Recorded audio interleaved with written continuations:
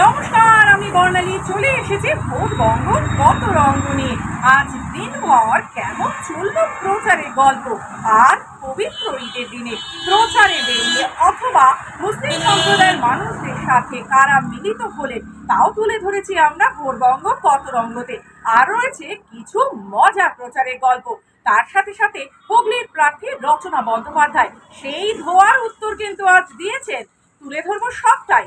দেখে নি চলো ভোটবঙ্গ কত রঙ্গতে আজকে সারাদিনের প্রচার এক নজরে। আজ বোলপুর লোকসভা প্রার্থী শ্রীমতী প্রিয়া সাহা ইলাম বাজারে ১ নম্বর মণ্ডলের নির্বাচনী প্রচারে।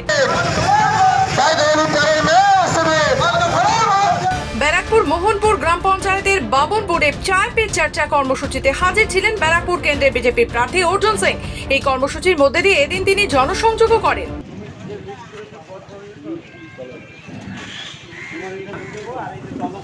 বহরমপুরে ভোট প্রচারে অধীর চৌধুরী। বৃহস্পতিবার বহরমপুর লোকসভার কংগ্রেস প্রার্থী 5 বারের সাংসদ অধীর চৌধুরী চুয়াপুরের সুভাষপল্লী এলাকা সহ বিভিন্ন এলাকায় বাদ্যযন্ত্র সহযোগে পায়ে হেঁটে নির্বাচনী প্রচার সারলেন। প্রচার শেষ করলেন বহরমপুর ট্রেকার স্ট্যান্ড এলাকায়। রাস্তায় অসংখ্য মানুষ অধীর চৌধুরীকে কাছে পেয়ে হাত মেলান। কেউ কেউ আবার ফুলের মালা দিয়ে বরণ করে নিলেন প্রদেশ কংগ্রেস সভাপতিকে।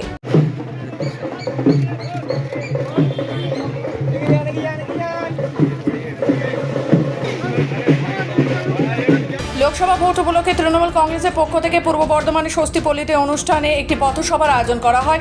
এই সভা মঞ্চ থেকে বর্ধমান উত্তর বিধানসভার বিধায়ক নিশীথ কুমার মালিক বেলাগামভাবে কুরুচিকর ভাষায় তীব্র আক্রমণ শানালেন বর্ধমান দুর্গাপুরে বিজেপি প্রার্থী দিলীপ ঘোষকে লক্ষ্য করে।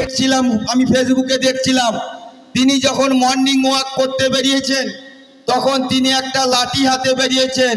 কামারহাটি বেড়াচাই গাদা ময়দানে ঈদ পালন দমদম লোকসভা তৃণমূল কংগ্রেসের প্রার্থী সৌগত রায় এবং সিপিআইএম প্রার্থী সুতো চক্রবর্তী।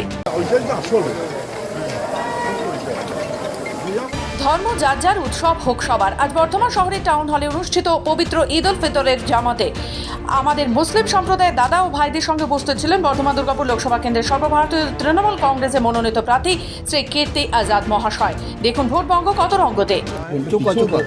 लोगों में उत्साह है, आगे बढ़ बढ़ करके आ रहे हैं लोग। आम लोग विशेष करके जो मेरी माताएं बहनें जिनकी हम बहुत सम्मान करते हैं, उन लोगों का आशीर्वाद प्रेम साथ सब कुछ मिल रहा है। और यही कह सकते हैं कि ऐसा उत्साह ऐसा प्रेम हमको जो यहाँ वर्धमान दुर्गापुर में मिल रहा है वैसा संभवतः कहीं भी नहीं है। এ যেন আজব কাণ্ড, তাই তো বলি ভোটবঙ্গ কত রঙ্গ। ব্যারাকপুরে গোলঘর এলাকাতে তৃণমূল সাংসদ পদপ্রার্থী পার্থ ভৌমিকের মিছিলে অর্জুন সিং স্বাগত বলে স্লোগান উঠল, আর তাতেই বেজায় খেপে গেল বাকি সমর্থকেরা। ভোটবঙ্গ কত রঙ্গতে দেখুন আরেক মজাদার গল্প। রাস্তা দিয়ে যাচ্ছিলেন দিলীপ ঘোষ। রায়না অঞ্চলের রাস্তার পাশে তৃণমূলের জলচ্ছত্র দেখে নেমে পড়েন তিনি। সৌজন্য সাক্ষাৎ করতে যান তৃণমূল কর্মী সমর্থকদের সঙ্গে। মাইক ধরে বক্তব্য রাখেন, সবার মঙ্গল কামনা করেন তিনি। কিন্তু দিলীপের বক্তব্য শেষ হতেই তৃণমূল জিন্দাবাদ স্লোগান ওঠে।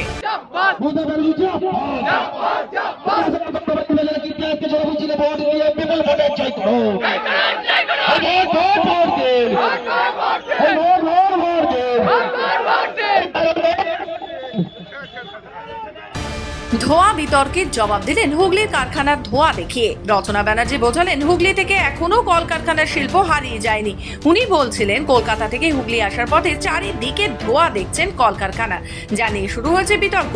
বিরোধী বিজেপি প্রার্থী লকেট চট্টোপাধ্যায় বিদ্রুপ করেছিলেন তার কথায়। সেই কারণে আজ নিজে সোশ্যাল মিডিয়ায় লাইভ করে ধোঁয়া দেখিয়ে উত্তর জানাতে চাইলেন রচনা ব্যানার্জি। যাতায়াতের পথে না আরো অনেক জায়গা থেকে দেখবেন ধোঁয়া বেরোচ্ছে। এবার আপনারা কি বলবেন আমি একটুখানি শোনার জন্য অপেক্ষায় রইলাম। এই ধোঁয়া হচ্ছে সেই ধোঁয়া, এটা বিড়ি সিগারেটের ধোঁয়া নয়, যেটা আমাদের বিরোধী পক্ষরা বলছে যে বিড়ি সিগারেটের ধোঁয়া দেখেছে রচনা ব্যানার্জি। বিড়ি সিগারেটের ধোঁয়া নয়, এটা আমাদের কলকারখানার ধোঁয়া। বর্ধমান দক্ষিণ বিধানসভার 12 নম্বর ওয়ার্ডের র্যালি 5 কিলোমিটার হেঁটে প্রচার সারলেন প্রার্থী কীর্তি আজাদ। র্যালিতে সামিল হন বর্ধমান দক্ষিণের বিধায়ক খোকন দাস, বর্ধমান জেলা তৃণমূল ছাত্র পরিষদের সভাপতি স্বরাজ ঘোষ সহ অন্যান্য নেতৃত্ব।